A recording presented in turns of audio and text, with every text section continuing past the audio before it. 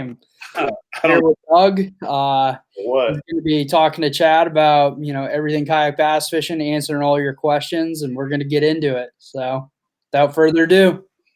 What's up, guys? What's going on, Chad?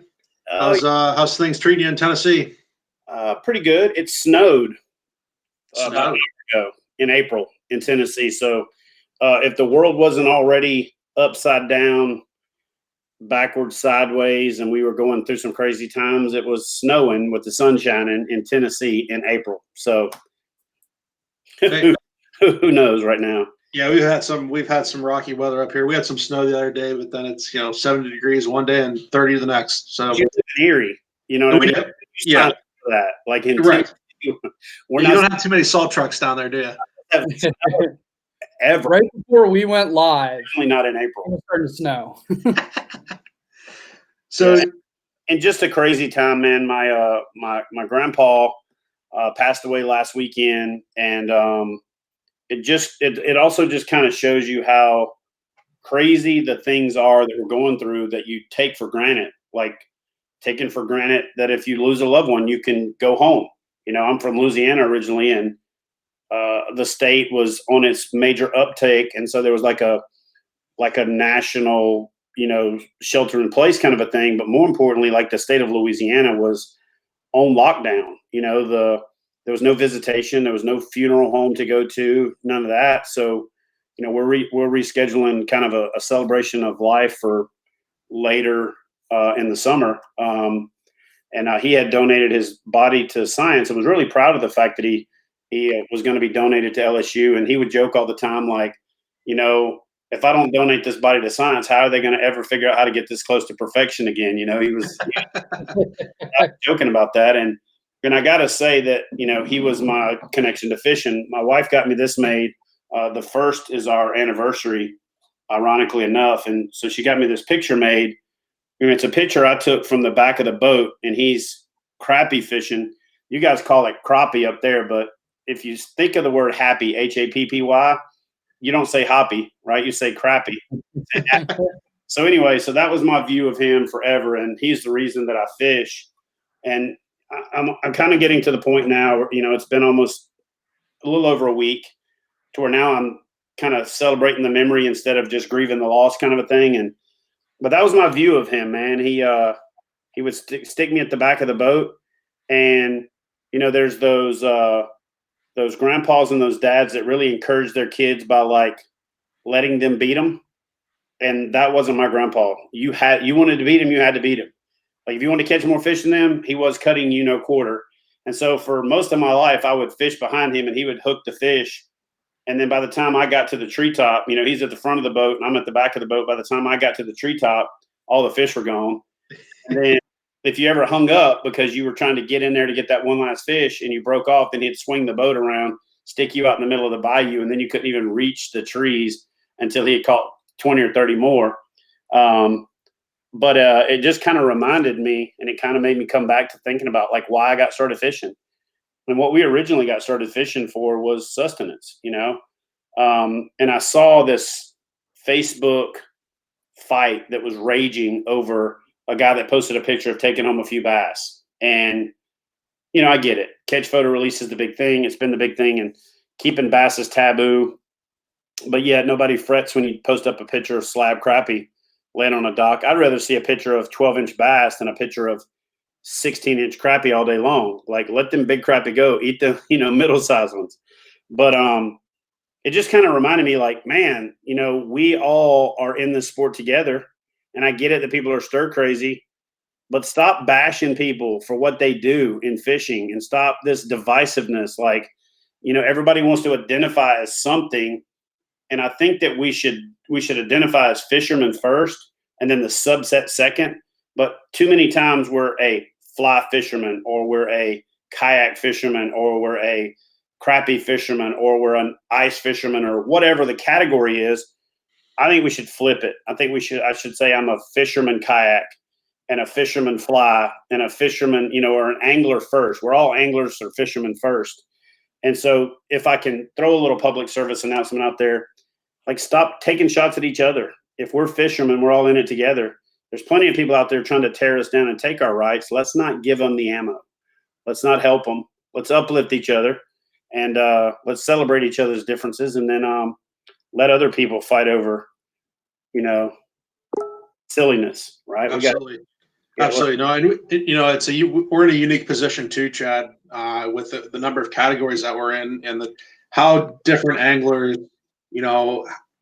it's really interesting to watch people like the kayak folks and the fly fishing folks, and the salmon steelhead folks. They're all different people, and each one of these different groups has it's cliquey. And I agree with you. The divisive, it's very divisive, and as anglers, we've got to start coming together and start working together. It's not productive, in my opinion, to be out there bashing each other. And where's this going? Like, it's frustrating on my end. I don't like seeing it. I want to see us all succeed and win together. And unfortunately, it's something I think as a community we have to work on. Here's the other thing: give it a shot. Like, I'm going to be straight up with you. I grew up in the South. Growing up in the South, I thought ice fishing was stupid, right? I thought ice fishing, but of course I don't have ice. And you grow up in the South, you're told don't get on the ice because it's never thick enough in the South to not be dangerous. So we just don't get on ice. So unwiring my brain to drive a truck on ice was weird in the beginning. Going out there and sitting there for hours in the beginning was weird, but luckily I got up with some guys and we got into the kind of combat ice fishing first, where we were doing tip ups and we had 50 holes out there and there was constantly a flag flying up and we were dragging 40-inch pike through the ice and then, perch and all that stuff as well. And I was like, man, and Christy was with me and she was smiling like a Chesacat. And it kind of broke down that misconception that ice fishing is just a bunch of dudes sitting in a shack getting drunk, and I mean, not that doesn't happen as well. There's truth to that. Not that there's anything wrong with it, but at the same time, going and trying it broke it down. And so in my book, I wrote about one of my favorite quotes is the Mark Twain quote that says, nothing is more fatal to bigotry, than travel. And travel basically is fatal to bigotry. And it prevents you from wasting your life, wasting away in one's own corner of the world. And so what I really liked about my first encounter with FishUSA is how intimidated I was when I walked into the shop. Now, let me explain that. I consider myself a very accomplished angler. I've been doing it for a long time. In my field, I'm very well respected for what I do. I've caught a lot of big bass. I've caught a lot of bass over 10 pounds. I've kind of got the bass fishing thing down. But within 15 minutes of walking into the pro shop, I walked down 3 aisles and felt like I was a rookie at that. And look at what I was looking at. Like, if an angler had walked in off the street and said, show me what to buy on this aisle, I watched a couple of guys that worked at the pro shop go back and do tie on a wire reel setup. And when they first started, I had no idea what they were doing. But to see that whole lead core set up and how the reel was set up and realize I didn't know anything about that. I mean, honestly, it just took me back to going, holy cow, there is so much about fishing. No matter how good you get at it, there's always something that you haven't done or, don't have experience with that you can expose yourself to if you want to. But it's also like golf. You're never going to master it. You know what I mean? Even one little sector, because you can be the most accomplished bass angler in the world and still go out there and get humbled on a regular basis. Not like it happens once in a blue moon. It can happen on a regular basis. You know what I mean? I've had epic day skunk, literally back to back to back to back before, where I had just like this ridiculous day one day, go back the next day and not catch a fish, and then go back the next day and have another epic day, and then go, okay, well, that one day was my mulligan, and then go back out there on cloud 9. I've just had 2 epic days out of 3 and go out there and skunk again. You know what I mean? It's just right. It's freaking fishing. And I honestly think if it wasn't that way, we would all quit doing it. We're all in eternal. What's funny is that we're all eternal optimists when it comes to our pursuit, but then pessimists towards each other. Think about that. Have you ever thought about that? Guys with fish, every cast, oh man, just brimming with confidence. First time a person posts a picture of a fish, oh, he must have caught that in a farm pond. Yeah, that ain't 8 pounds. That's probably only 4. everybody is the biggest optimist in the world when it comes to before they go fishing. But once somebody shares their experience, the whole pessimist crowd comes out and questions you didn't catch it on that. You're lying. That fish ain't as big as you said it is, So I think if we could just all be as positive as we are about the sport as we are when we think about it in our individual pursuit, the whole thing will just be more fun. You know what I'm saying? No question. No question. And Chad, I can relate on my end as well in terms of what it was like for me. I grew up on Lake Erie, trolling open water, salmon, steelhead. While I am very, very knowledgeable in that field, when we got into kayak fishing, I felt like I don't know a thing of what I'm talking about. And, that's how we found you in particular. I consider you really the inventor of kayak fishing. If it wasn't for Chad Hoover, I don't know that kayak fishing is what it is today. No. And we, in my opinion, FishUSA is not in this sport if it's not for someone like Chad Hoover. And what really got you to the point, again, I want you to kind of tell the story of this whole kayak fishing. When did it really start resonating with you that, man, this could really be something? First of all, thanks for what you said, but I'm going to clarify that that's not the truth by what I'm about to tell you. So I was very lucky in the way that certain things lined up. There's a few chance occurrences in my life that if those 1 or 2 days in my life didn't happen, I'm doing something completely different right now. I just am. I met a gentleman on a beach, and I was running guided fishing trips. I was in the Navy, and I was fishing in the evenings on the weekend doing these guided trips to make money to go to college. And I was guiding these guys driving down the beaches, Padre Island National Seashore in Corpus Christi. And we pulled up on this guy that had a kayak on the ground, and he had the kayak on the ground. I look out and he's paddling the kayak out. We were seeing him drag it through the surf when we were pulling up, and we stopped and fly fished the surf. We were catching some Jack Crevalle and skipjack and some speckled trout, and these guys were just having a great time. And one of the guys starts pointing down to this guy, and he sees the guy taking the kayak out, and the guy's got a Jeep with a captain's fighting chair, a captain's seat fighting chair from an offshore truck welded to go into the hitch. And he's got a big surf rod sticking up out of the back of it in the rod holder part. And what he would do is he was catching skipjack tuna or skipjack and bonita and cutting them up and then putting this wire through them with all these hooks, put it in the back of his kayak, and he would paddle out 300 or 400 yards and drop the bait. And then he would paddle back in, tighten it up and tighten up the line, loosen the drag up. And he would wait for these big sharks to eat the bait. And then he would fight them by hooking that kayak up to the back of his truck to drag it. And then he would drive down the beach fighting these sharks to keep them from spooling him. So he jumped in the truck and took off, and his rope came undone from the kayak. So we grabbed it and took it down and followed him, watched him catch this monster tiger shark, drag it up on the beach. And my clients that day were from Asia. They had actually come to San Antonio for a business trip, came down to Corpus, saw a flyer in a fly shop about me doing guided trips, and they wanted to go, called me up. So again, if those guys didn't call me, this day doesn't happen. If we're not on this beach, this day doesn't happen. And if this guy wouldn't have been really cool and we exchanged numbers, and I said, dude, man, I'd love to do this sometime. Let's do a trade, charter for charter. He's like, I don't do charters, but I'll take you. I said, cool. So we exchanged numbers. This is way before cell phone. So I come home one day and I got the red light blinking on my answering machine.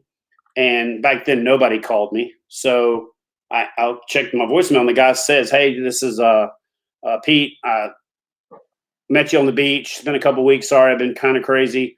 But look, man, I need to sell my kayak and a couple of rods. I got to pay my rent. And you seem pretty enamored with my kayak. So if you're interested.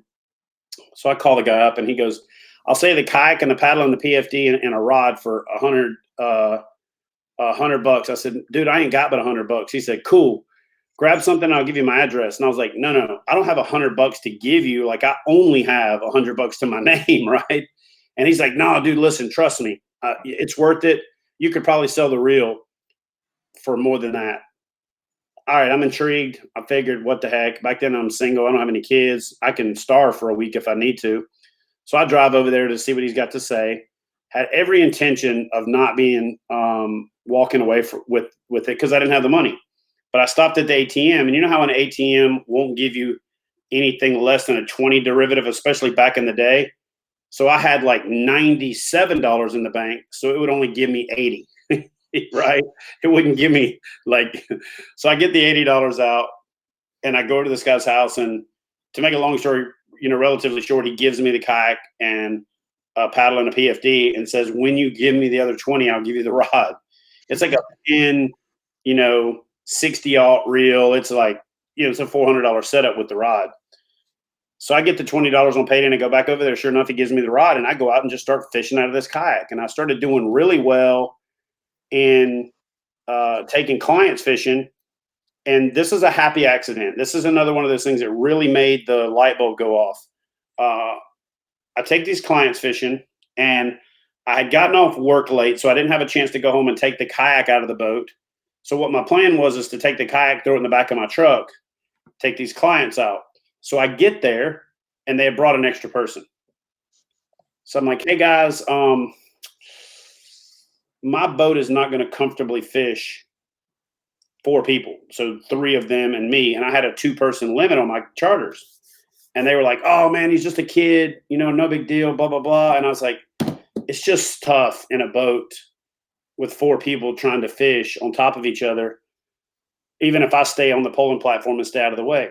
I said, but I'll tell you what I'll do. If you guys are interested in doing a wade fishing trip, and I'll throw the kayak behind the boat and I'll tow it out there. And when I get there, I'll put everybody out to wade, and I'll go back and forth with the kayak. They're like, yeah, no problem. So we do that, and we get out there, and I put the kayak in the water. And I had every intention of putting the kayak in the water and paddling up into this little flat, making sure the reds were there, and going back over to the boat, and then taking the clients and dropping them off. So I paddle over, and I see these redfish, but I paddled on the up sun side, and then my son cast across the shadow across the flat, and all these fish turned and went straight towards the boat. And I look and I wave at the clients on the boat, and they give me the thumbs up and start casting. And all 3 of them hooked up with redfish like that. So I was like, wait, that was a happy accident. So I knew another flat that was similar to this. And what I did is I went and I parked the boat again. We caught, they were almost like 2 fish away from limiting for the whole day. Go to this other flat, put the kayak in. But this time I don't make the same mistake. I paddle up the down sun side. I paddle up into the flat. I see these redfish, and I took a rod with me, and I threw a gold spoon, and I hooked one. And I was like, oh, dude, I caught that fish, and I let it go. I could see the clients back at the boat, like antsy. You could tell they're about 30, 40 yards. They're still close enough I could see their eyes. And so I paddled a little further, and I saw this school of fish, and I was like, you know what? I bumped those last fish across them. I wonder if I could do that on purpose. So I got behind these redfish. I'd paddle up and I'd wiggle the boat, and it would send this pressure wave, and they would bump ahead 30, 40 yards. I did that twice, pushed the reds across the boat. They cast to them, hooked up, limited out. We went home. Next day, my phone rings. Hey, man, I was wondering if I could do a charter. Yeah, no problem. We book a charter. I take them fishing. Next day. So I go on about a 6-day run of the most charters I'd ever run in a short period of time. And then I get a call from a guy from Corpus Fishing Online, a guy named Tyler Thorson. He still owns it, I believe. And back then, social media wasn't a big thing. Websites and forums were the jam, right? Everybody had a forum. And so he owned corpusfishing.com, which is a forum. He said, hey, man, I'd like to interview you about your redfish guiding techniques. I said, okay, what do you have in mind? He goes, well, particularly, I want to hear about this redfish herding tactic that you use. I was like, what? Oh, yeah, man. I saw a rave review on Corpus Fishing. One of your clients posted hardest working guide in South Texas and told the story of how you took them out and you took an extra client and you got out and you paddled your kayak and you forced the redfish past the boat and they hooked up, and then you relocated and did it again. And every time you put the fish right in front of them and yada, yada, yada. Now, the second time it was kind of true. The first time it was a happy accident. So I kind of lucked into this concept, and then I just started doing it on purpose. And next thing you know, I got this reputation for the guy that's herding redfish to his clients. Then they started wanting to get in the kayak. So I would take an extra kayak, and I would take a client. I'd fish a couple from the boat. I had this little tow harness made out of a ski rope where I could put a kayak at the back corner of each transom and go to where I was going, and then I would disconnect that. And so I was taking one boat client, one kayak client, and myself, and then we would just kind of rotate, and then guys were having a ball. won a couple of tournaments using the kayak. Then I started winning more tournaments. Then I ended up transferring and got into the Virginia Beach kayak fishing scene. There was very few people there, if any. The guy that built the kayakbassfishing.com website and convinced me that I should buy the URL, which again has changed my life, I met by paddling out to the Chesapeake Bay Bridge Tunnel in the middle of the night to go striper fishing with a fly rod. And only because that night I was fishing with a fly rod, which I don't always fish with a fly rod, but that night I was fishing with a fly rod, and this guy paddles over to me because he's a fly fisherman, strikes up a conversation. We become good friends. And I was sitting around complaining one time about how all the websites had freshwater fishing as the redheaded stepchild board at the bottom, and bass fishing was the bottom board of that bottom board. And I was like, man, somebody should start a kayak bass fishing website. He's like, dude, you should do it. I'm like, I don't know nothing about starting a website. He's like, well, here, let me see if it's available. And he knew web stuff. I didn't even know where to go look up to buy a website. You know, GoDaddy commercials weren't big back then. And, you know, it was still kind of pre.com boom and all that. And people just, you know, the average lay person didn't really know how to go buy a website. Or maybe they did, and I was just a dumbass. I don't know. So anyway, he goes and buys the website. He goes, I'll put it in your name. I was like, cool. Hey, I'll build you a web page. It will be rudimentary. We'll put some links on there. And I was just finishing up the book, and I was like, oh, this will be a perfect place to promote the book. Kayakbassfishing.com. The title of the book is Kayak Bass Fishing. And then everybody was like, start a forum. As soon as I started forums, they were like, we need to do tournaments. So we started these online tournaments, and George, who was my original partner in KBF, built the first challenges leaderboard page. And so again, I kind of got lucky to get into the sport of kayak fishing, got lucky to meet George and then him know about website building to build the kayakbassfishing.com website and to build a page for us to host catch photo release tournaments. I've also had some lucky breaks and some people that have told me no. Like at that time, there was a guy just getting started in saltwater that was running another website for catch photo release. He turned out to be not the most savory character in the industry, but initially I said, hey, we should partner. I'll do the freshwater stuff. You do the saltwater stuff. And he thought he was going to take over the world. So he said, no, best thing that ever happened to me. Cause if he had partnered with me, I would have never gone anywhere because he turned out to be kind of a turd, you know? And I'm not throwing anybody's name out there or throwing him under the bus. Some OGs of the sport will know who I'm talking about, but I'm going to just leave it at that. But what really kind of changed my trajectory to where I fell in love with the sport more than just being an enthusiastic, was I actually was an aeronautical engineering student at Embry-Riddle. I was in the aviation field in the Navy. I was a combat search and rescue crew chief first. Then I was a pilot. I got NPQ'd from flying because this tooth right here was pulled and they left gauze in there while I was on a deployment. It was the first cruise of the George Washington, and the technician was like in training and they left regular gauze in there. So here's another one. I'm in flight training. I had trained for 7-8 years to get through school and to do all this stuff to become a pilot because I wanted to do search and rescue, but I wanted to be a pilot and do it. And I got NPQ'd for my tooth being pulled, which was the improper gauze, which then allowed me to get the time off because I was waiting to redesignate. If I had become a pilot, I'd probably be a pilot right now, like for my profession. But instead, I got converted to being a regular maintenance officer. Not that we didn't work long hours, but our hours were predictable, unlike being a pilot or a crew chief where you're chasing the moon, when you're doing night vision goggles and your schedule's crazy and you don't have any time to really develop your own personal life. So that was another kind of thing. But what really was the turning point for me is I got into kayak design, and I then found my niche, and that's that I was helping redesign boats, and then I designed a boat, and then I started submitting those designs to companies. And I don't know if I should have been flattered or offended by this, but like the first design submissions that I did, they were like, who did this? And I was like, what? You know, I'm like, I did it. They're like, no, who actually did it? I'm like, I did it. And they were like, no, dude, like for real. And I told them, hey, I did it. I'm a aeronautical engineering student, Embry-Riddle. Embry-Riddle's an aeronautical university.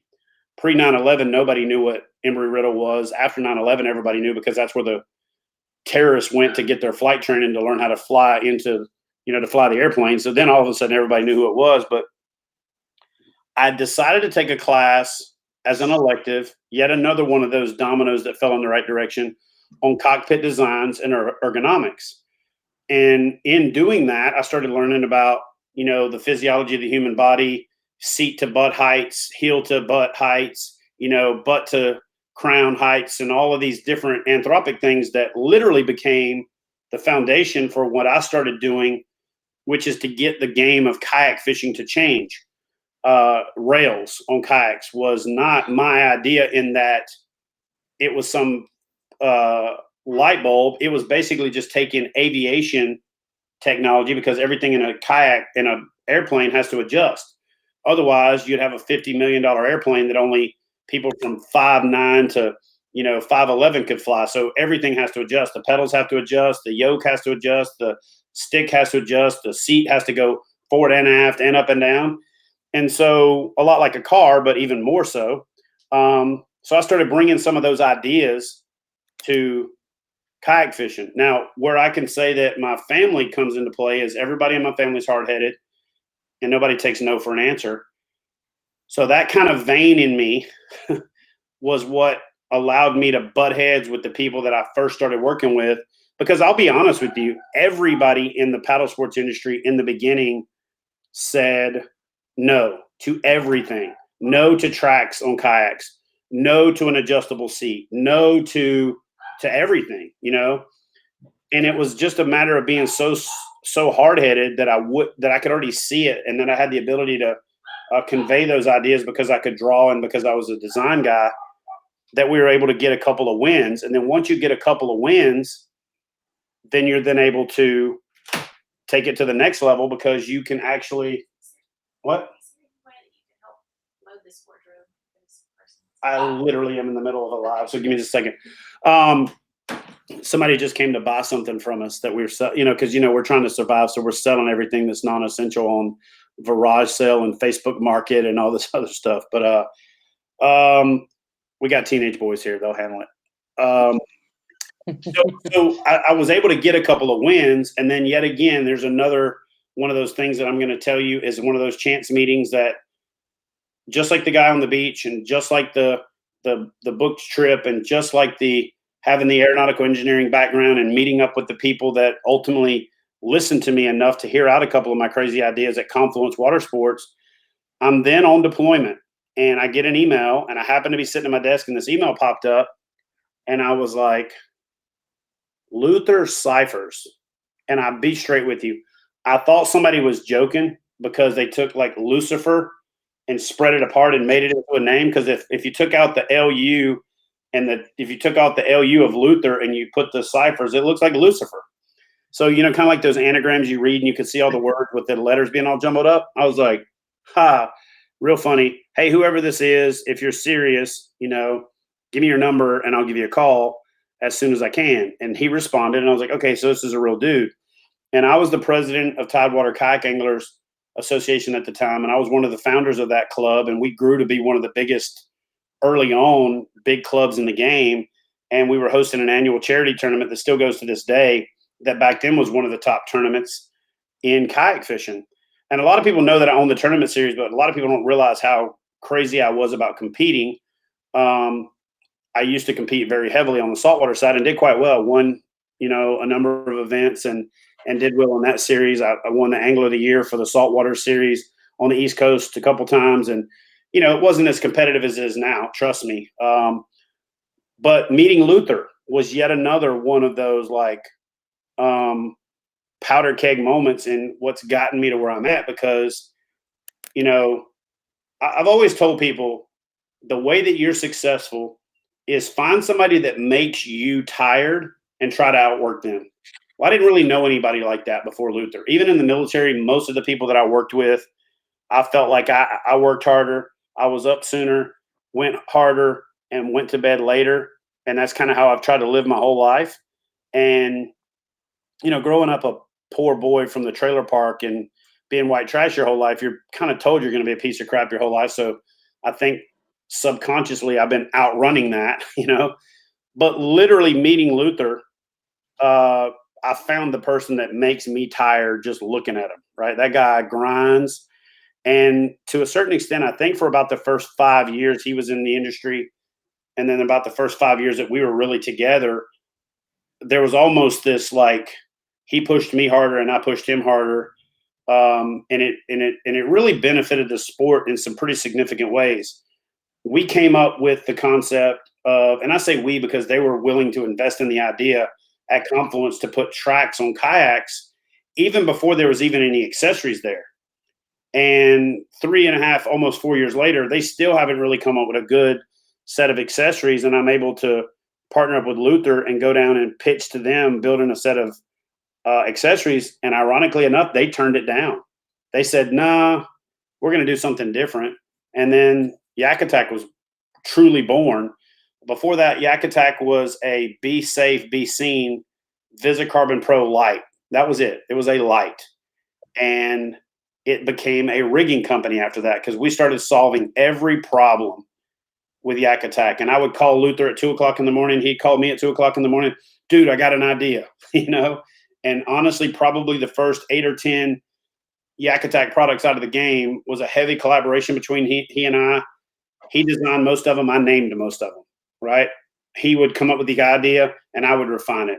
Or I would come up with the idea and he would refine it. And so that was a very fundamental developmental time in the sport of kayak fishing. In my mind, more happened in that first 3-year period than had happened in the previous 15 or 10.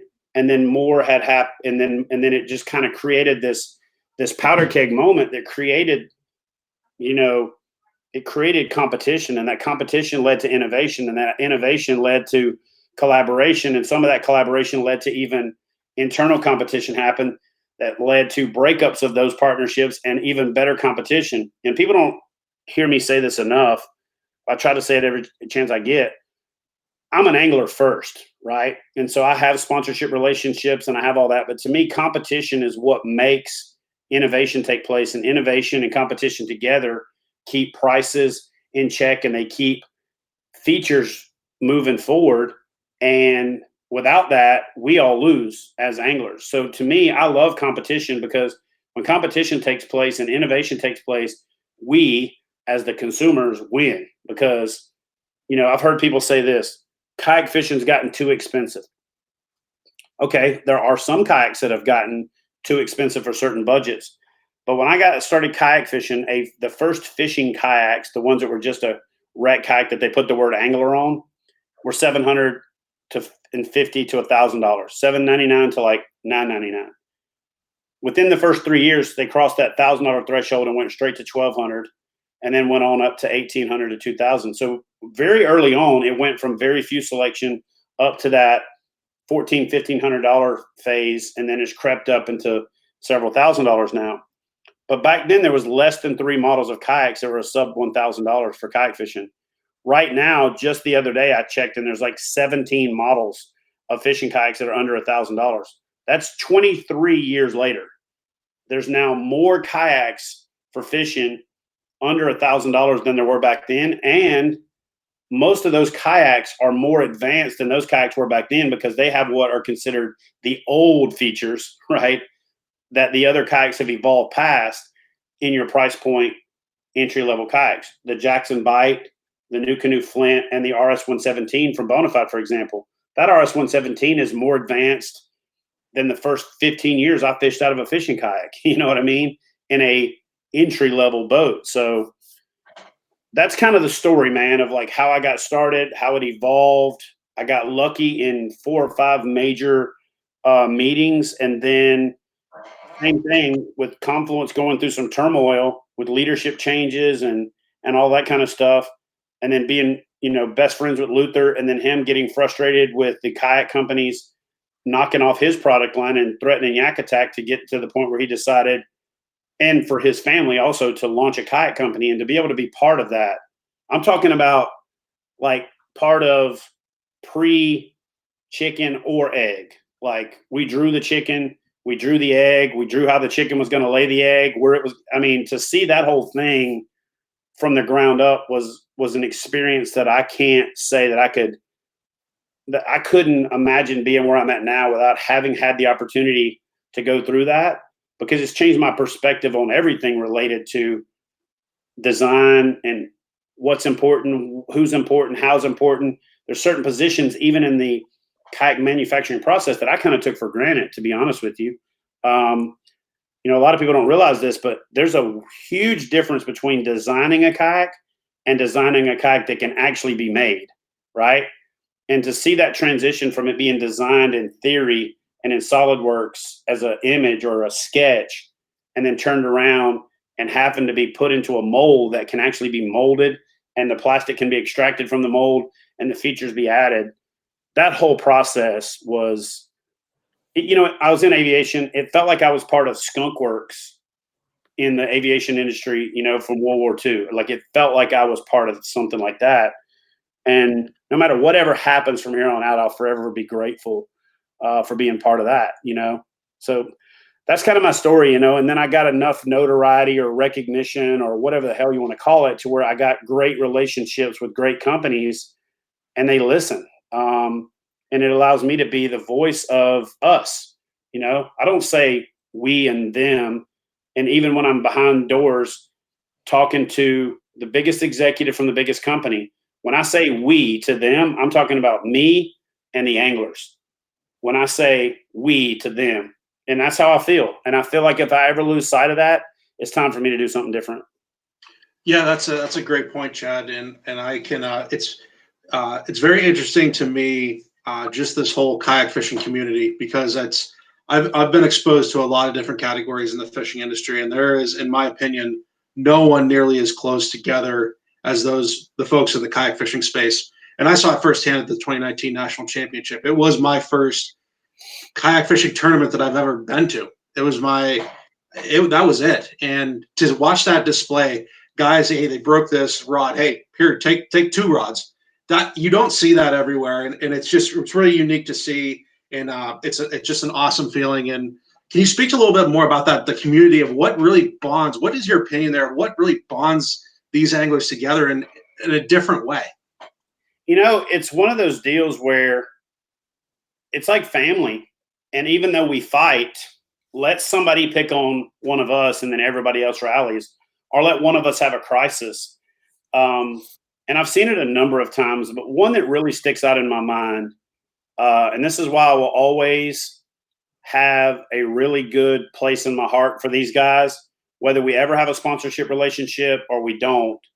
And we didn't at the time. We ultimately did, and now we don't again. So I tell people all the time, you know, judge me by my actions and judge me by what I do, not just what you hear said about me. Definitely judge me by what I say, but I always say what I mean, and sometimes that gets me in trouble. You guys have been in those meetings with me, you know.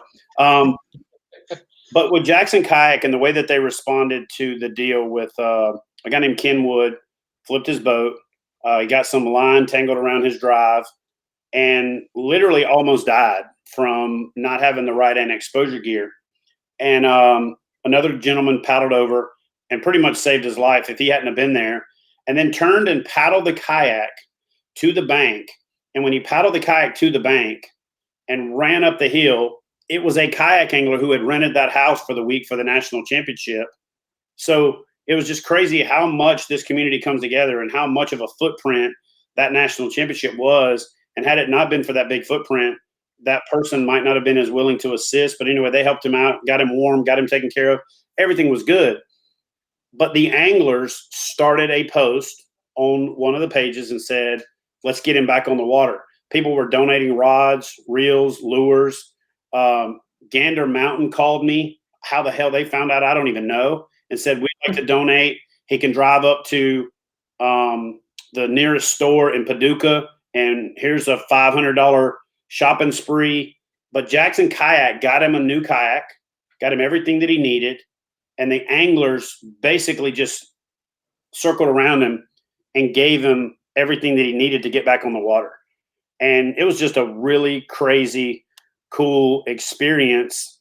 And then watching how that guy has now progressed to be one of the top hammers in the game and won his way into the 10 last year from the Northeast, had a kind of a tough experience fishing that event, didn't get kind of notoriety that he should have gotten because we were focused on the guys catching fish, and we should have done a better job of covering everybody. And we learned a lot from that. And then to come down this year, finishing second in the 10, and actually was leading on day one and looked like he was going to take the whole thing home. But just to watch that progression, and I hope people don't take this the wrong way. It's probably not gonna sound right to some people, but when I got it to where I was more senior enlisted in the military, the thing that I got the most satisfaction out of the military was those guys that came in just under me. And then as I progressed, I watched them progress along and just see their kind of career develop and see that maturity take place, and to see them become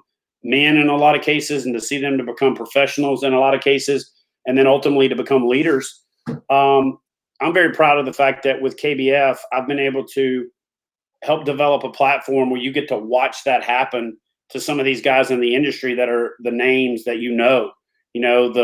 the guys that have gotten the notoriety and the recognition, but you remember when they first got started in your sport, not necessarily just got started fishing, and then to watch that entire progression and to watch guys do a coming of age, and to even see guys come on the scene who didn't kayak fish that long, but had a really solid foundation in fishing and just became a natural transition, like Mike Elsey coming in out of nowhere and winning the national championship, or Derek Brundle winning the Rookie of the Year and then going down to the 10 and was contending to win the 10 Invitational, and then hammered some big fish during the event and just lights up on camera, and then kicked butt and won the first ever FishUSA 5 Live. And you're just seeing these consistent names over and over again. And watching a kid like Casey Reed, I call him a kid. He's not a kid. Obviously, he's a man. But watching him first get started, being frustrated and arguing with everybody about everything, but it was pure passion, to then funnel that passion into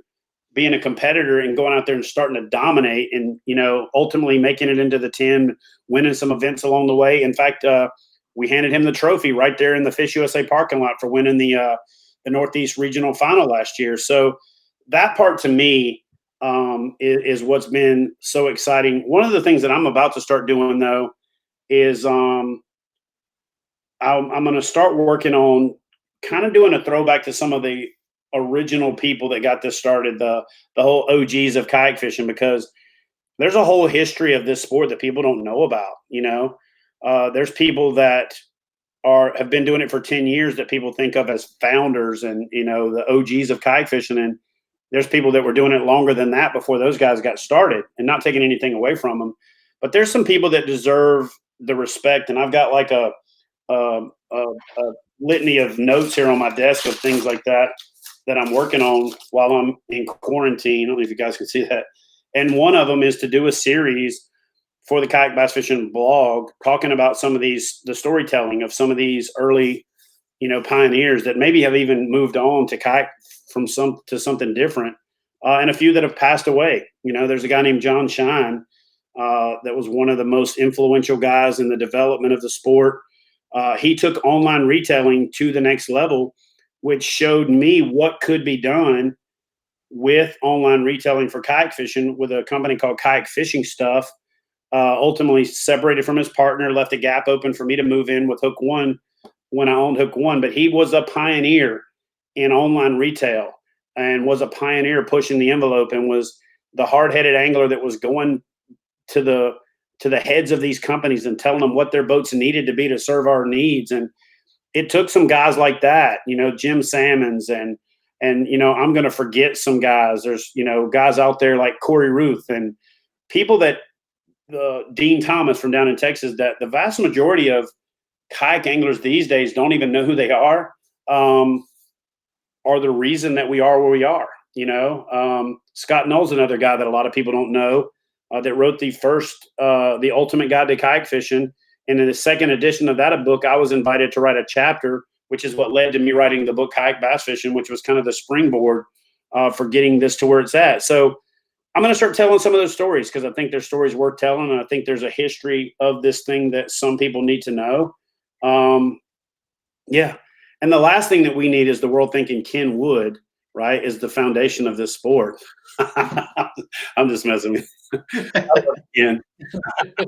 No, we got people in the comment section getting all over Ken. If he's not here yet, he'll be here, I'm sure. No, it's an amazing community for sure. And questions.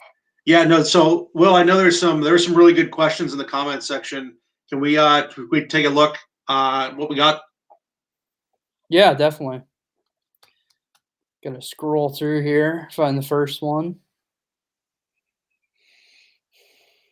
We got a fun one right here while I'm looking. Wait, I got the comment thing right here. I can click on it. Hold on. Oh yeah, definitely Ken Wood's in here. Yeah, cool. All right, what you got? What you got, Will? So here's a really good one for both of you. How does someone get started? Is there a way to try it first? That comes from John, and I'm not going to butcher your last name, John. Let's start with you, Chad. A couple things, and then I want Doug to chime in after that. So there's the saying, try before you buy, and that there's a lot of merit to that. But one of the things that I'm super proud about being associated with FishUSA is that they ship anywhere in the country.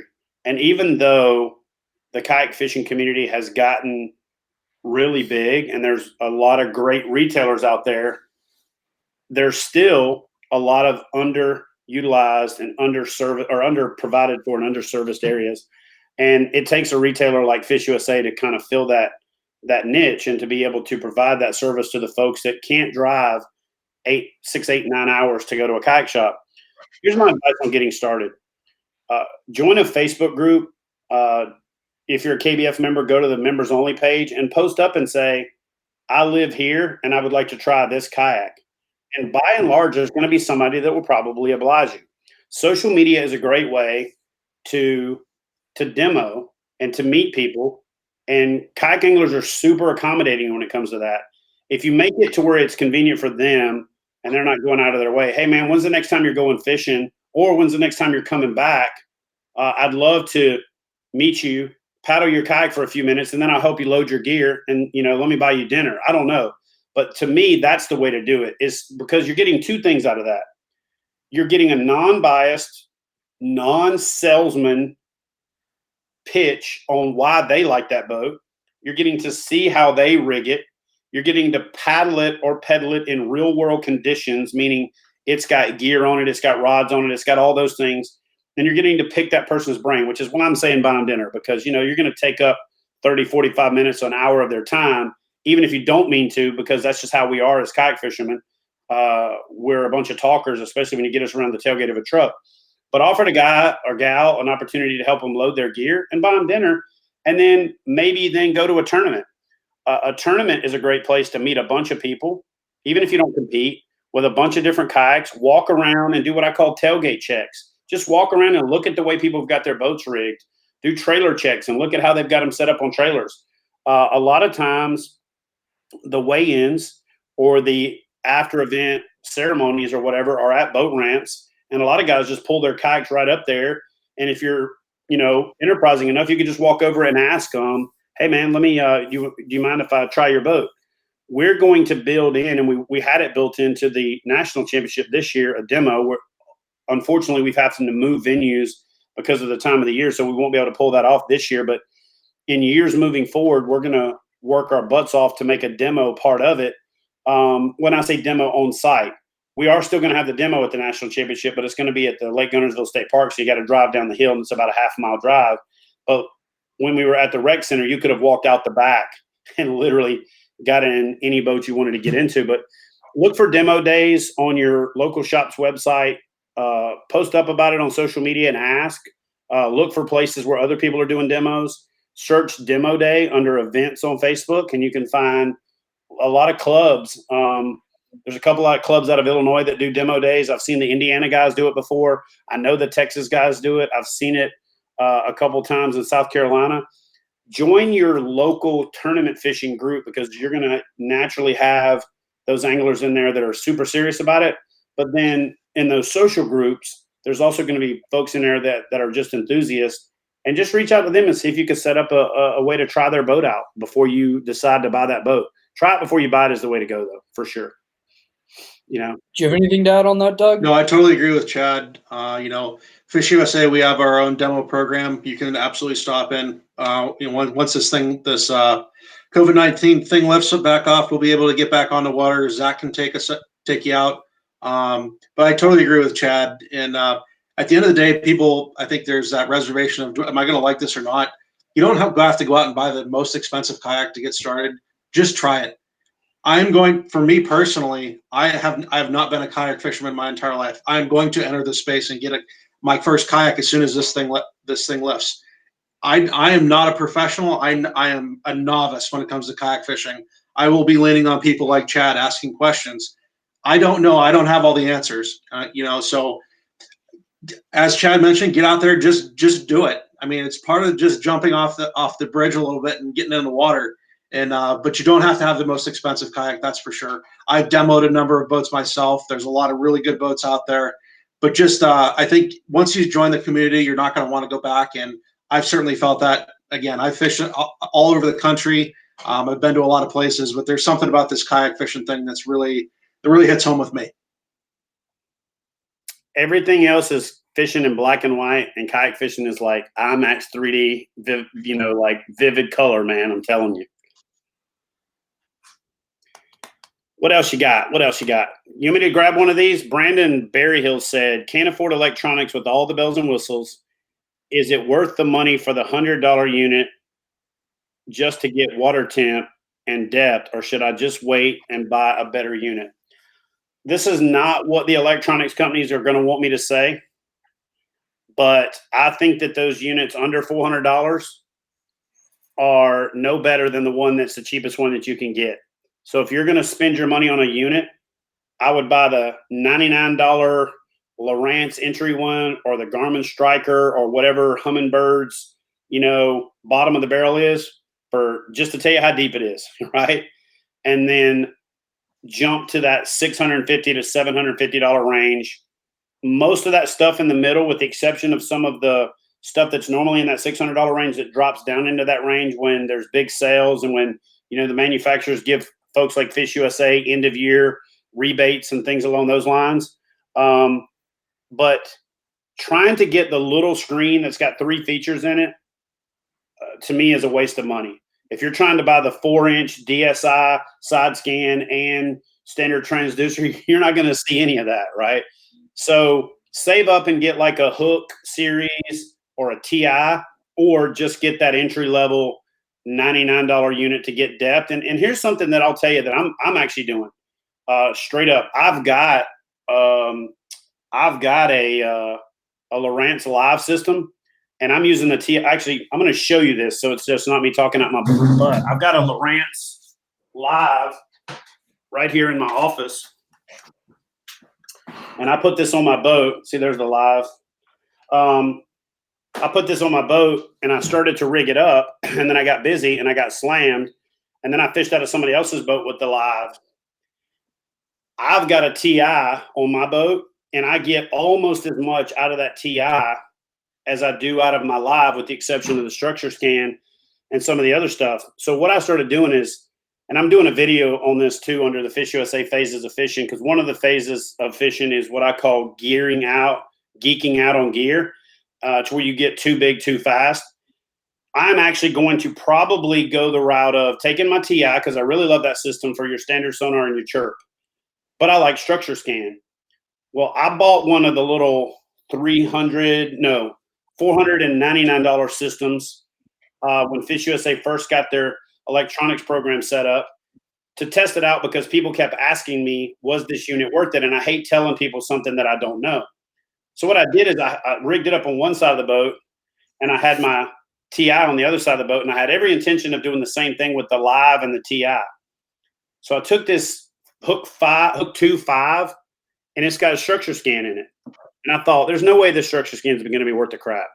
Transducer's a little smaller. I expected the processor to not be good. I went out and I did the structure scan on this unit, and I had my TI here, and I had that unit right below it on the same track. I was like, holy crap. If I was the consumer that bought the TI and then I wanted to add structure scan instead of going and buying a $3,000 unit that combined them all. And the way that I'm going to do it moving forward is I'm just going to put that hook 5 in front of that 9 TI. So instead of going to a split screen where I've got a 4.5-inch screen anyway, right? I'm going to have the full sonar screen or a sonar screen and a map, and then my full structure scan screen on the 5-inch, or I can go to the standard transducer on the 5-inch screen and put the structure scan up on the TI if I want to. So the point is, I don't think that there's a lot of value in those combo units below that about $500 to $700 mark. So save your money, buy the $100 unit so that you know how deep it is, and then jump up to that. And then even if you're considering going up into that $3,000 and $4,000 crazy range, I almost think you're better off buying a couple of units, learn which units have the best what, because I'm actually getting away from the exclusivity thing too. Mega imaging with Humminbird is like, oh my God. Then Lowrance has got this thing, and then Garmin's got that thing. And so what you could do is you could get a mediocre unit with the strong suit of each one of those units and put those together. And in my opinion, have a little bit better experience than you'll have with the combo unit that kind of really downgrades each of the deals. I see people going to split screen, 4 screens, where structure scans about 2 inches by 2 inches, and then your transducer, your standard transducer, your 200 megahertz, your chirp is about 2 inches, then your map, and then DSI. And you're just not getting a lot of information out of any of those screens. So I stumbled across this on accident, but what I think I'm going to do is use my 9-inch screen and then have a 5-inch kind of kicker unit below it. And whatever my secondary thing is going to be on that 5-inch screen, and whatever my primary thing plus my map is going to be on the bigger screen up top. So best bang for the buck on the market is the TI series, in my opinion. Best units on the market are probably the Mega Imaging or Panoptics from Garmin. Garmin's Panoptics, though, is forward-looking. It looks about this wide, and it's a 110-degree stripe under your boat. You're not looking around like a lot of people think you are. And then each one of them have things that are patented that they license to the other companies. So learn that part of the industry, and I think you'll do a better job of selecting what depth finder is best for you based on what functionality you're looking for. I think a lot of people buy into the hype of the different terminology for marketing. Hands down, structure scan is a freaking game changer. That guy that's always finding the fish when you're not probably has structure scan when you don't. The other thing that drives me crazy is watching guys talk about structure scan fishing, and then they're like anchored up, and you're like, that's not working. You're not fishing structure scan anchored up. You might use structure scan to map the area out, but I see them watching the feed and they're like, oh yeah, I'm passing this spot right here. And you're like, you're anchored up. You're not. You got to be moving for structure scan to work, and moving a little bit more than most people think you need to be, to really get it to get that right speed right. But learning that system. And that's also why I like to use the 2-unit thing. This has become a bit of a game changer for me. Is it takes a minute for a waypoint to process being saved, and so a lot of times I've been using my phone to mark my points on Navionics or on my thing, and then I can cross load them later. But I've been using the smaller unit, and when I'm going and I'm watching the big screen, I'll just hit the waypoint on the small screen, throw the chip into it later, export those waypoints, and then import it into the bigger unit. So that little tandem setup right there is huge. And to be honest with you, Doug talked about something a little bit earlier. That prejudice that I had against ice fishermen was probably even more so. I used to say, I don't troll because I know how to fish. And this is like, admittedly, I'm just going to fall on the sword. I used to think trolling was not fishing based on skill. It was just dragging some stuff around and waiting on the fish to bite. Until I went fishing Lake Michigan, and we were salmon and steelhead fishing. This guy took me out and he mapped for a little bit, and then he said, oh, these fish are at 35 foot of water.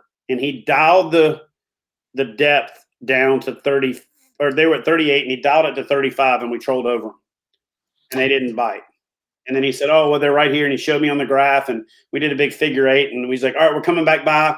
We're going to get down to 38. I'm going to pull the boards in. We're going to do this. And we're going to put this other bait. We're going to change the leader diameter so it gets a little bit more depth. And we dialed down to 36, 37. Next pass, bam, bam, bam. We hooked up on 5 fish. it was insane. And then the rest of the day, we caught fish. Like if I had just been out there trolling around, I would have just been trolling around. But going out there with somebody that knows what they're doing and watched how masterfully he used the electronics and knew what he was doing between mapping, fish positioning, and structure scan, and then to come back over and hit a spot in 38 foot of water that if you were plus or minus, 2 foot either direction, you wouldn't have caught a fish. And then to consistently just hammer fish was just an experience of a lifetime, Hey, Chad, you hit on something that is always interesting to me.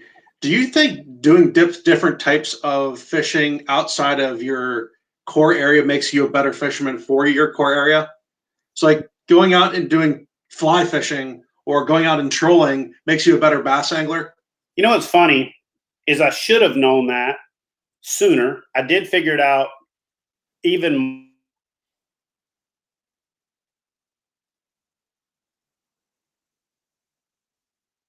Think we might have lost Chad. Are you there? Here you are. Yep, we got you back. When I started traveling up north and fishing places that I had never fished before, for people that were fans to say, hey, you should come try this with me. And I went out and tried it. So I should have known, because here's what happened. When I was in Corpus Christi, I learned how to catch redfish the way everybody in Corpus Christi caught them. I then transferred to Virginia Beach, and I started catching redfish on traditional Texas lures that nobody was throwing there. And then all of a sudden, what I was doing in Virginia Beach was revolutionary for some of the people there. But it was just basically taking that travel and that experience and that different species, but not just different species, but different locations. Learning what different people do differently in different locations expands it. The reason I say I should have known it is I became a fly fisherman in my early 20s. And what fly fishing did for me and how I thought about forage and presentations and casting angles and line over and sun angles and all of those things that I'd never really thought about fishing conventional gear made me a better conventional fisherman. Being a conventional fisherman made me a better fly fisherman. I was fishing for brown trout one time with this guy, and I broke out a fly that was like 5 inches long, and he was like, oh, that's far too big. I was like, what the hell are you talking about? I get these things to eat 8-inch swim baits, So there was no doubt in my mind they were going to eat these bigger flies. Next thing you know, I'm throwing these bigger flies and I'm catching fish. But if I had just been a fly fisherman, it would have been harder to convince me to throw that meat. If I had just been a spin caster or a traditional fisherman, I wouldn't have thrown some of the smaller stuff that I've thrown in the conventional world. I still catch bass on a clear casting bubble with a Clouser minnow below it on a spinning rod in a lot of cases. And that's all basically an extension of fly fishing. So I absolutely believe getting better at any aspect of fishing makes you better at every aspect of fishing. So if you can learn something and get outside your comfort zone, try different lures, try different locations, different mindsets, expose yourself to different regional prejudices, you're going to become a better angler overall. So absolutely, I believe that. Definitely. Take a couple more questions. We had two that are real similar in here. I'll have you answer both of them kind of at the same time. Scott Butcher wants to know, who was the last angler that surprised and impressed you? And we also have Nicholas wants to know, who's the most consistent angler on social media? I feel like these questions kind of can go hand in hand a little. So let's get an answer for both of those. Butcher's question was what again? Who's the last angler that surprised or impressed you? I'm going to pick two, and I'm hopefully not stepping on the toes of the thousands of other anglers that I'm really good friends with and shit. But the two that have really in the last year kind of blown my mind are Dylan Fuquay and Derek Brundle. Those two guys have been not just surprising in where they came from and how fast they came on, but how consistently they did it. But more importantly, how intelligently they are approaching every aspect of it, not just the fishing part, but the social media part, the interaction, the working the camera. and doing all that. So the two that, and so you're right, Will, it kind of does tie together. The two that have impressed me the most comprehensively, if you're going to try to be a pro, it would be Derek Brundle and Dylan Fuquay. Dylan, obviously, a little bit of extra credit goes to him because he's 14 years old when we all met him, and he won his first event, and then now 15 years old, and just kind of how he's carried himself and the combination of what he does and how him and his dad travel is also pretty impressive.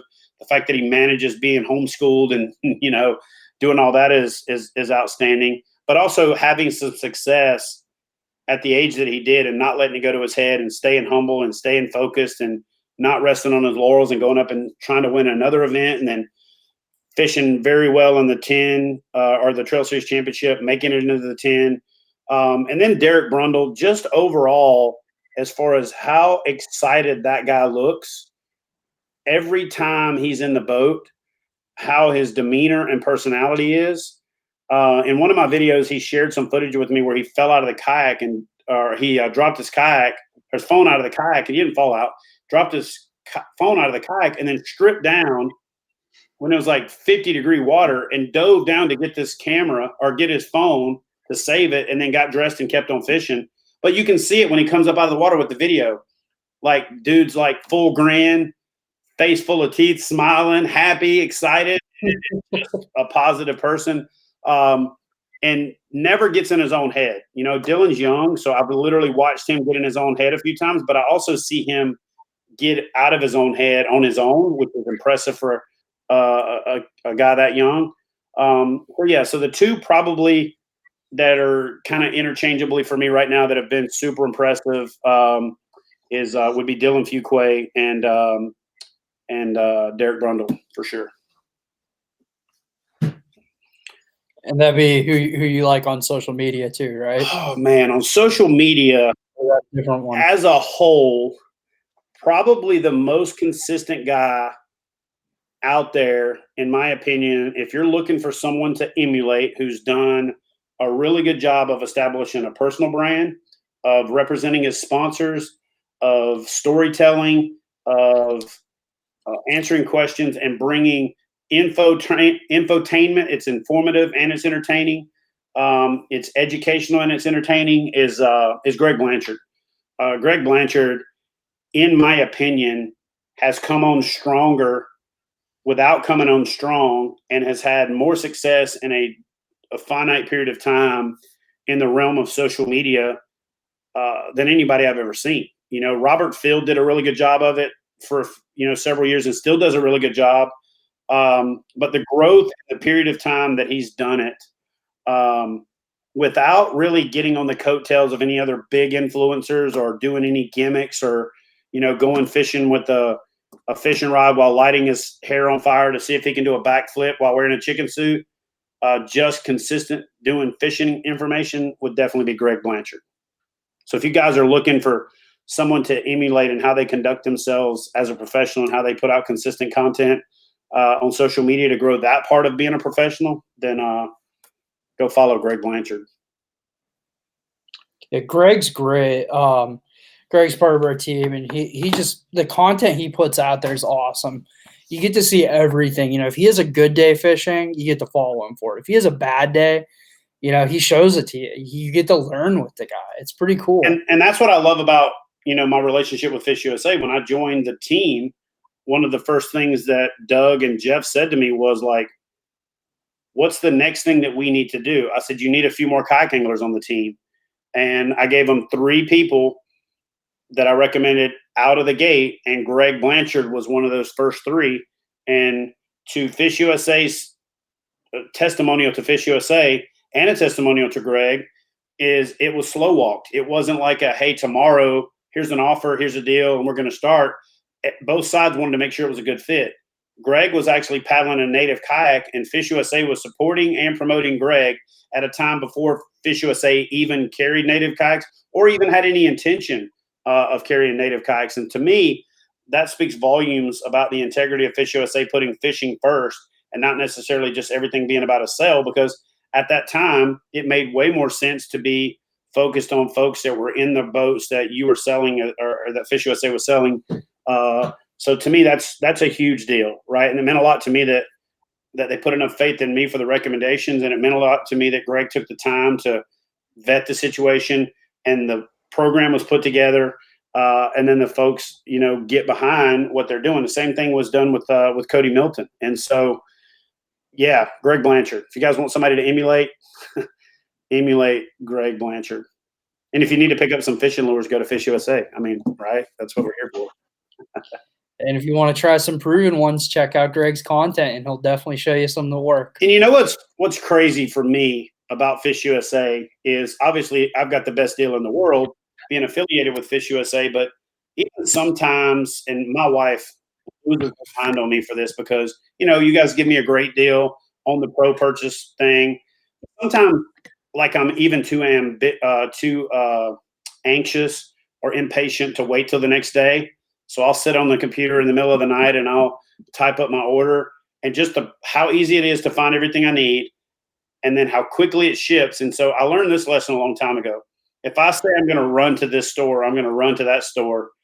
If you're busy like I am and you put it off 2 or 3 days in a row, if you just order your stuff from FishUSA, it's at your house, even though you're ordering it online, faster than you can make it to the tackle shop, So to me, and then the other thing that I've done that's been super impressive is to go in and order something, and I'm on my way to somewhere, and order it and put in the shipping address for the hotel that I'm going to, and it's just there. And that's not even, trading on the fact that I have a Pro Staffer relationship. That's literally just going in, placing the order, changing the shipping address to where I'm going, and then 2 days, 3 days later, it's there. It's like, that to me is world class. And then a couple times I've ordered something that was out of stock, or like I ordered 4 and like there was maybe something in the system that was a glitch, or the SKU was wrong, or multiple people ordered simultaneously, and I get a call the next day. Hey man, processing your order.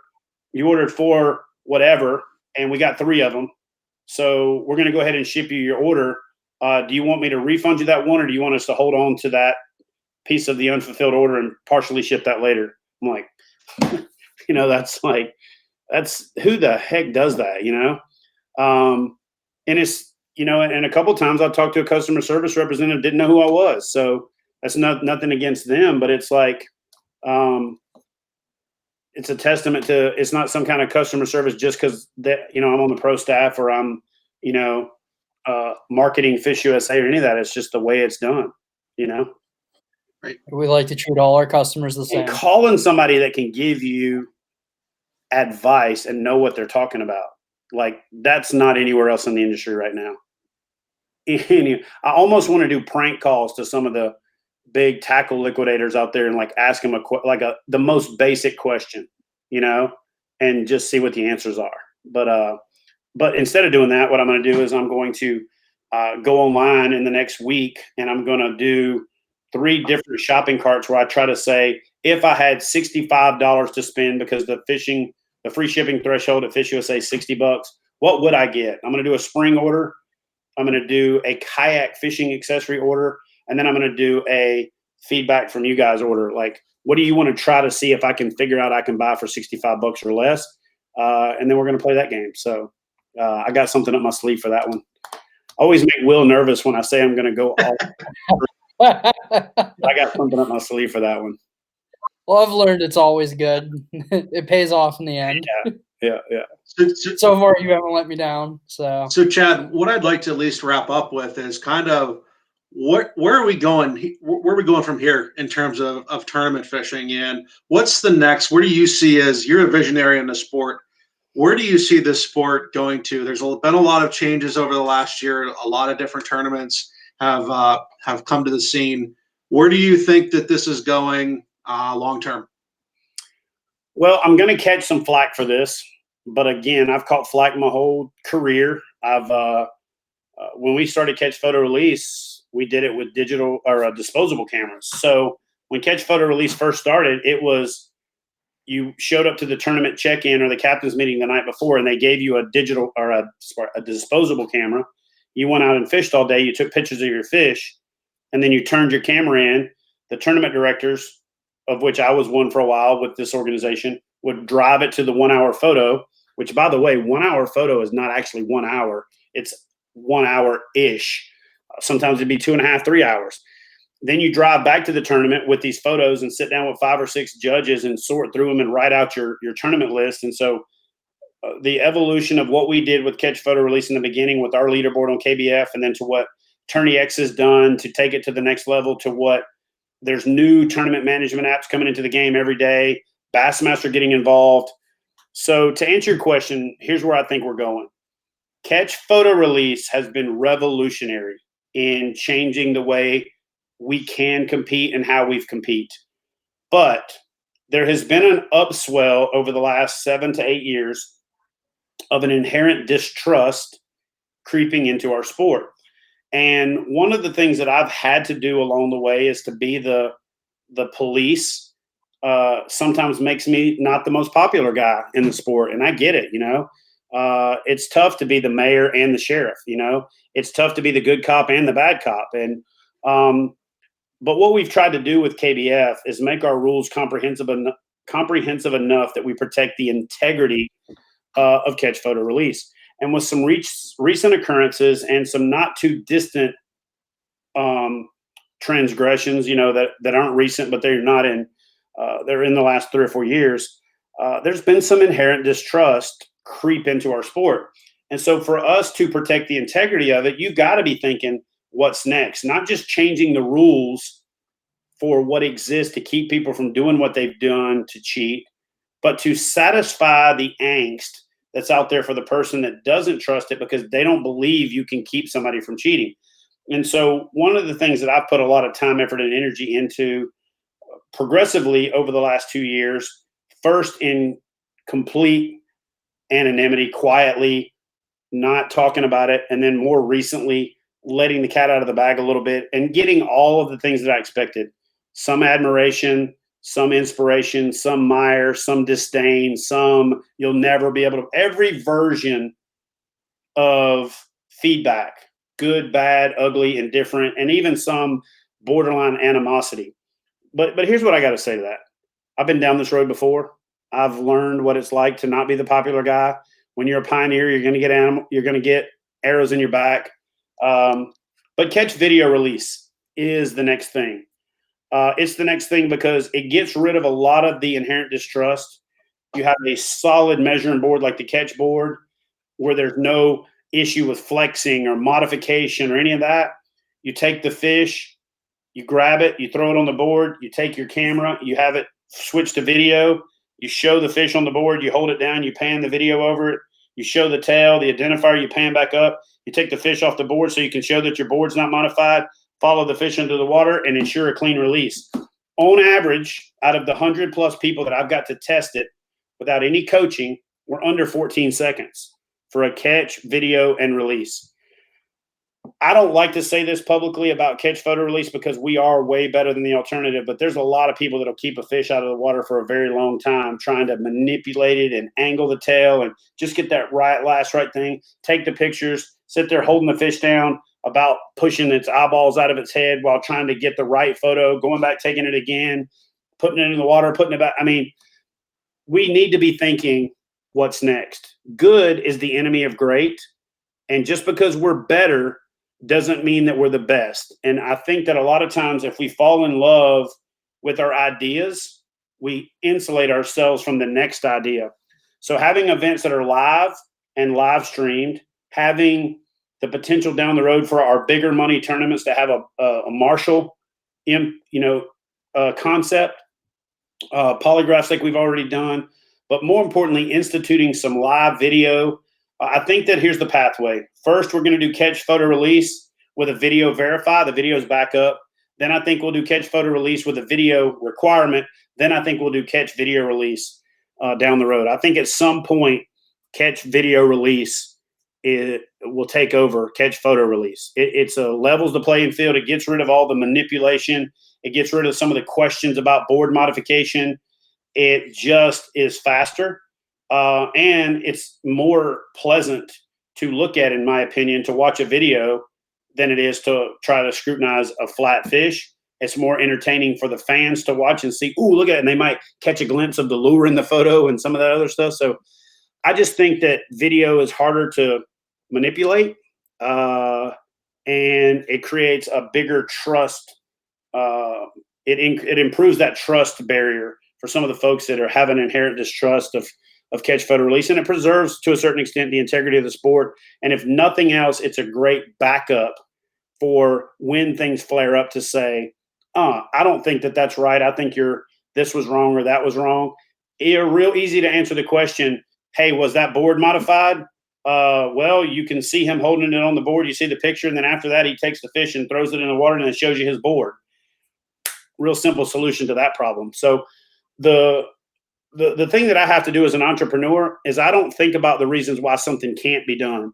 And so when I asked the question on the Kayak Bass Fishing members only page, the first thing that people said was why it couldn't be done. I don't think like that. People that do what I do don't think about can't, right?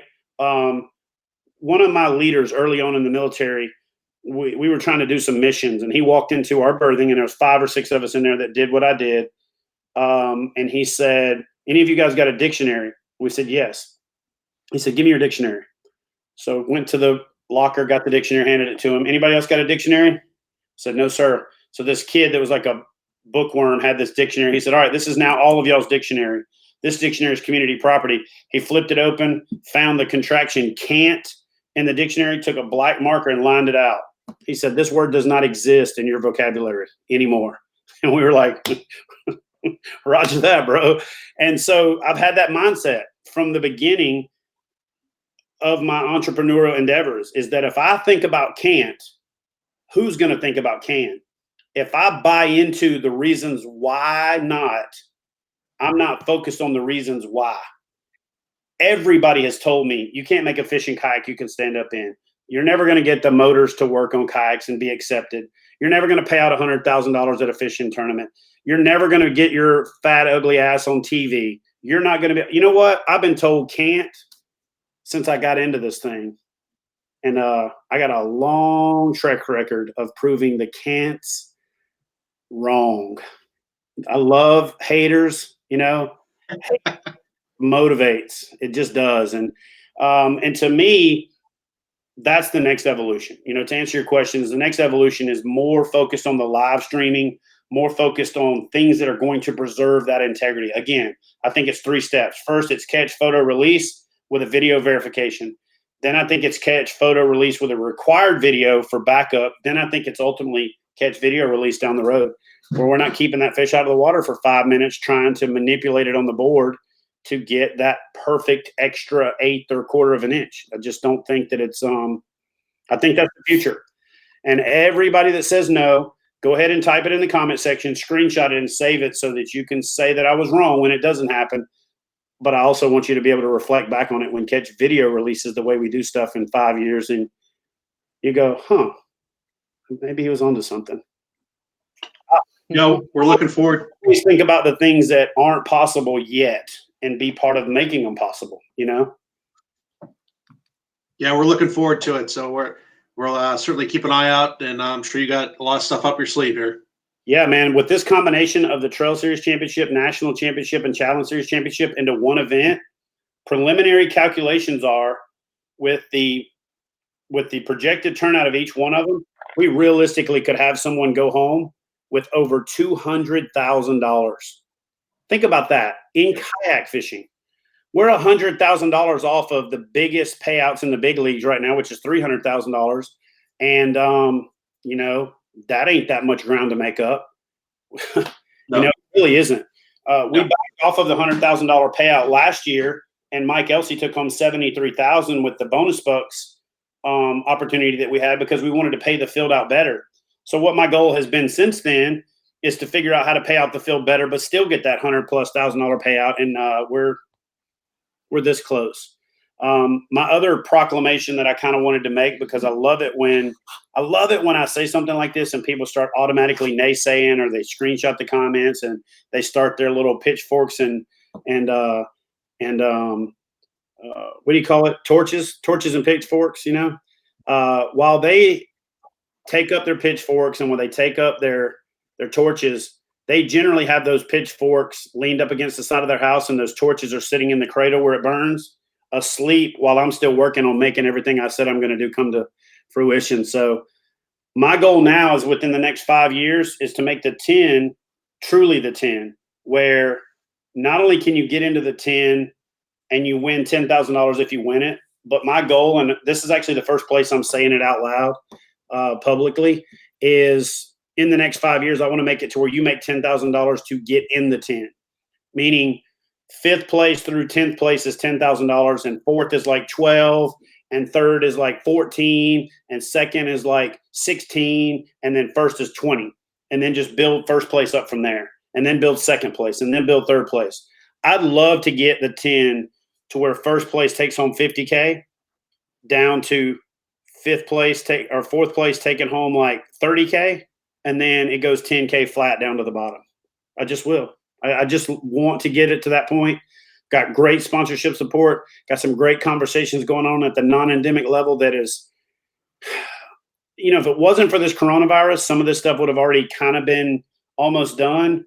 But because folks are having to reprioritize because of the coronavirus, and we stand out as such a viable option, even if this flares up next year, and because we can go virtual, we're getting a lot of consideration, I think, that we wouldn't have gotten otherwise. So, it's going to be that little bit of a silver lining of this dark cloud. And I'm not making light of the situation. A lot of people have lost a lot of family members. My wife has a compromised autoimmune system from the liver disease that she's going through. And so we've had to be, unbelievably careful. Even living in rural Tennessee where we live, right back here at 2:00 in the cul-de-sac across the street, there's a lady back there that tested positive for coronavirus. We have a nursing home that made the national news where 19 people have died so far, which is in Gallatin, one town over. It's hitting hard everywhere. It's not something to be taken lightly. But we also can't sit back and not focus on what are we going to do after the fact, because we need to give people something to look forward to. So I got criticized a little bit about being too positive and focusing on what's next. And somebody sent me this long narrative about, I can't believe you're not talking about the coronavirus and how bad it is and blah, blah, blah, blah, blah. And I said, do you really need that in your life? Is there not 15 networks talking about it nonstop, 24/7, 365? Every person under the sun is talking about it. I don't need to be that guy. I need to be the guy that gives you something to look forward to doing and something to do now in between then. I take it very seriously. I couldn't go see my grandpa when he passed away because of the coronavirus. He didn't have family there, which sucked, and my his wife, which is more like my grandma than my real grandma in a lot of situations, she couldn't be there because she was locked out for the 2 weeks. So the last 2 weeks of his life, she couldn't even be there. They called her and broke the rules to just let her be there when he passed. And so it's affecting everybody. But I don't need to talk about that because you get it every day, force fed down your throat. I'm trying to give people something to look forward to, a little bit of light at the end of the tunnel, some hope, something to be excited about, which is why I'm doing videos every day. I really can't afford to do what I'm doing right now. I'm broke. We have flatlined on income. You know what I mean? We do TV with a Canadian film crew, and we do tournaments to make a living. We can't do either one of them right now. But I know beyond a shadow of a doubt, I'd go crazy if I stop. It ain't going to do me any good to sit here and lick my wounds.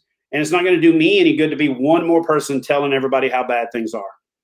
I'm going to try to be positive. I'm going to try to be uplifting. We've done some prank videos around the house that I'm going to upload soon. I've got these shopping videos that I'm pretty excited about. I will tell you this. When Will called me with the idea and said, do a $65 shopping spree challenge, I thought it was going to be easy. So what I did is I practiced one. Holy crap. Do you know how hard it is to narrow down?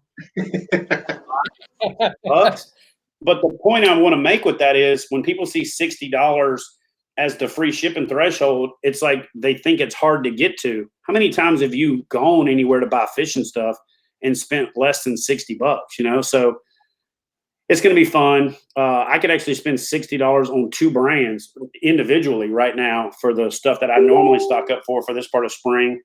You guys are jumping on board with we just did the fish off announcement with the guys from Angler. So you guys go check out the Angler app, anglerlabs.com. We're going to do the FishUSA Fish Off Challenge there, giving away some gift certificates. And then we're about to do a FishUSA free for all, where we're going to give away a kayak at a minimum for first place and some other stuff. So stay tuned for details. You'll see it here on the FishUSA Facebook page. You'll see it on all of my socials. That thing is going to be a barn burner, because we're waiting just long enough that a lot of states are relaxing their restrictions. All these guys that are fishing the online tournaments are already kind of getting dialed in, and we're going to get some new blood, but it's going to suck in some old blood. Don't be surprised if you don't see the names like Derek Brundle and Dylan Fuquay and Casey Reed and, Ken Wood and some of those hammers that are out there throwing their name in the hat for that, because it's going to be juicy. It's going to be real juicy. So thank you guys for jumping on board with that and staying behind, being positive and giving folks something to look forward to. Certainly looking forward to it. The fish. Yeah, thank you, Chad, for staying positive in this. Giving people something to think about besides everything that's going on. We all really appreciate that. Well, thank you, man. Appreciate it. So I think we'll end this on a positive note. Everybody, stay tuned for some more. There's more coming from Chad. He's always thinking. He's always got something up his sleeve. Stay tuned here to FishUSA, and you're going to get to see what that stuff is. And check out Chad on all of his social channels. So now's a good time to shout out where people can find you, Chad. Yeah, you can find me obviously anywhere kayak bass fishing. So look up at kayak bass fishing. But what I decided to do with those pages is to convert those to community pages, because kayak bass fishing isn't me. It's us as a community. So I started over, and I started a new Instagram page at Chad Hoover Fishing. That's where you're going to get more of me, right? You're going to get more personal stuff. The story is going to be us goofing around at the house, and some of my brain droppings on the story and some of my jokes and things along those lines. And Christy gets nervous every time I talk about that, because she lives with me. But the channel Kayak Bass Fishing is more of our community tab. So if you guys will post up your pictures and tag Kayak Bass Fishing in your stories, I'll share it. If you DM me pictures of your best catches or your kayak and all that kind of stuff, I'll feature it on the community page, because, I spent 4 years building that page, and I was really building it as my personal brand and my page together. It's really not. Kayak Bass Fishing is us. It's the community. So I converted that to the community page, and now I'm building my personal page as Chad Hoover Fishing. So go follow me at Chad Hoover Fishing if you don't mind. Go follow at Kayak Bass Fishing everywhere, Instagram, Facebook, YouTube is Chad Hoover. And then we're having to revamp everything for TV, and we're getting a little bit longer lead time than we normally do, because everything is up in the air. So we're actually going to rename the show. So go to my YouTube channel. I'm going to be doing a video soon asking for everybody's input on helping me rename the show. And if your show name is picked, then you're going to join me on that episode of the first show that we shoot with that as the name. So that's a kind of a cool little giveaway thing that we're doing as well. Somebody asked, when is the kayak giveaway? Stay tuned to kayakbassfishing.com/giveaway, and we're going to update that page there, and we're going to run. It's not a giveaway, okay? You got to earn it. You got to get out there and fish. It is a FishUSA free-for-all. It's a 5-fish release tournament. It's going to be about 15 days to 30 days, somewhere in the middle, potentially. So, yeah, just stay tuned. I'm going to do a YouTube video about it. Ask for your input. Put it all together after that, give it about 2 weeks to build it up, and then we're going to kick it off. Thinking mid-May, maybe last week of May, and then run it for, I think the FishUSA 15-day free-for-all sounds good just because it's phonetic, but I might make it longer. I don't know. You guys tell me what you think in the comment section. So, yeah, man. Well, thank you, Chad. Thank you for joining us. FishUSA everywhere, guys. Look. Yep. Sorry, didn't mean to step on you. But I got to give you your love too, man. Well, thank you very much. You got anything, Doug? Nope, I think we're good. Chad, thanks for joining us again. We appreciate everything that you do and what you do for the sport. And stay safe out there, and tell the family we said hello. Will do, man. I got one more question for you, Doug. How big are those behind you? Because we can't really see anything but the neck in this frame. Can you kind of? Oh, look at that. That's nice. No, they're not. They're not nothing too super impressive, but there are a few ones that I took in archery season. Yeah, we're chasing the turkeys right now, and I finally get to do the turkey thing. And our governor determined fishing and hunting are deemed it essential. So I'm getting out and trying to shoot some turkey. I let one walk past me Saturday thinking it was going to go to Austin, and he didn't end up getting a shot. So of course everybody said I should have shot it, but it would have been a better story if he shot it and I let it walk. But next one, I'll promise you'll get its face rearranged. Nice. Anyway, Nice. Listen, guys, Thanks a lot, Chad. Thanks for having me. Appreciate you. Take care. Appreciate You're welcome. Thank you, everyone, for tuning in. We'll see you next week.